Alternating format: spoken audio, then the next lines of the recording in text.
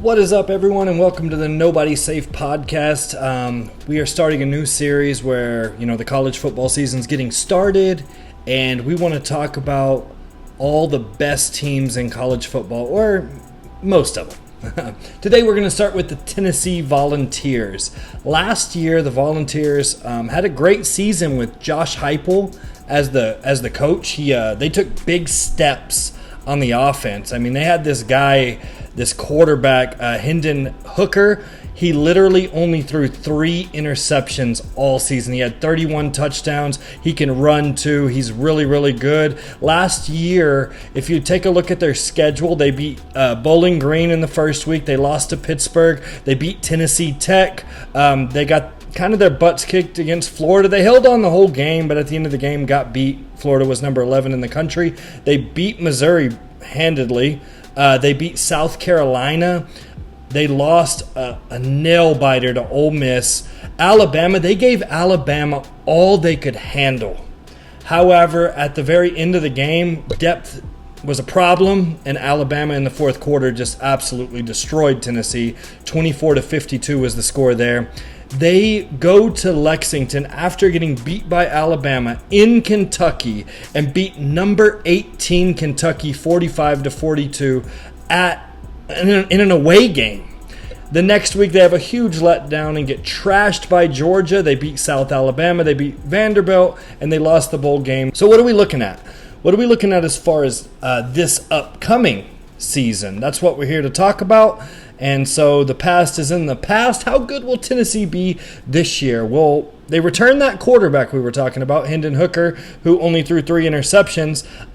Look at the over-under on that. I doubt it's 3, but if it's anything under 12, I would take the under on Hendon Hooker throwing interceptions. I bet he throws less than 12 interceptions again this year. Josh Heupel is still the coach, and the problem with having a good season is the expectations are higher, and I think with this roster, I think they can keep that going and continue to have another good season to follow up last season. Over half the defense is returning, and they did really good with, I guess they didn't have the greatest cornerbacks, but in the transfer portal, they jumped in and grabbed some good guys there to fill that need. Returning starters, they have Cedric Tillman, who was their best receiver.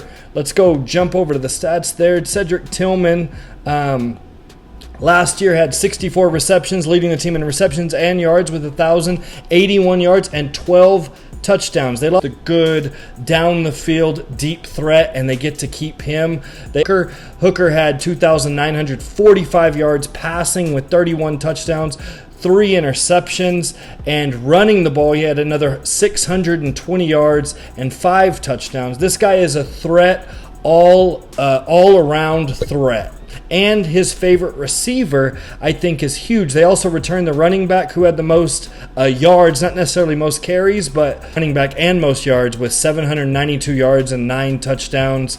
I think Tennessee is going to be pretty good, especially with all those returning starters. They also return both tight ends. So I wanted to look at the over-under as far as wins. The over-under is 7.5 wins. So let's take a look at their schedule. So with their schedule, we are looking at Ball State, which is a W. I'm just going to go through the easy wins, the ones they should win first, and then we'll go back to see what they need to win. So they get 1 win at Ball State. They get a win at Akron. They get a win at UT Martin. They get a win at Missouri. They get a win against Vanderbilt and South Carolina. So that's 6 wins. They got to come up with 2 more wins. Well, who else is on their schedule? We got Georgia. We got Kentucky. We got Alabama, LSU, Florida, and Pitt. Pitt is a very winnable game.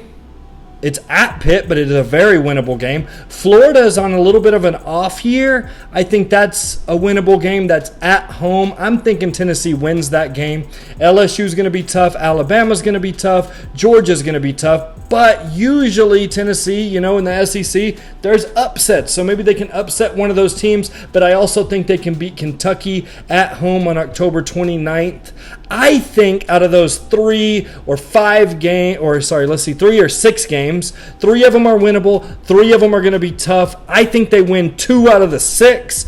I say a great bet is take the over on Tennessee at 7.5, and I think that you will be making your money and you'll be happy you made that bet.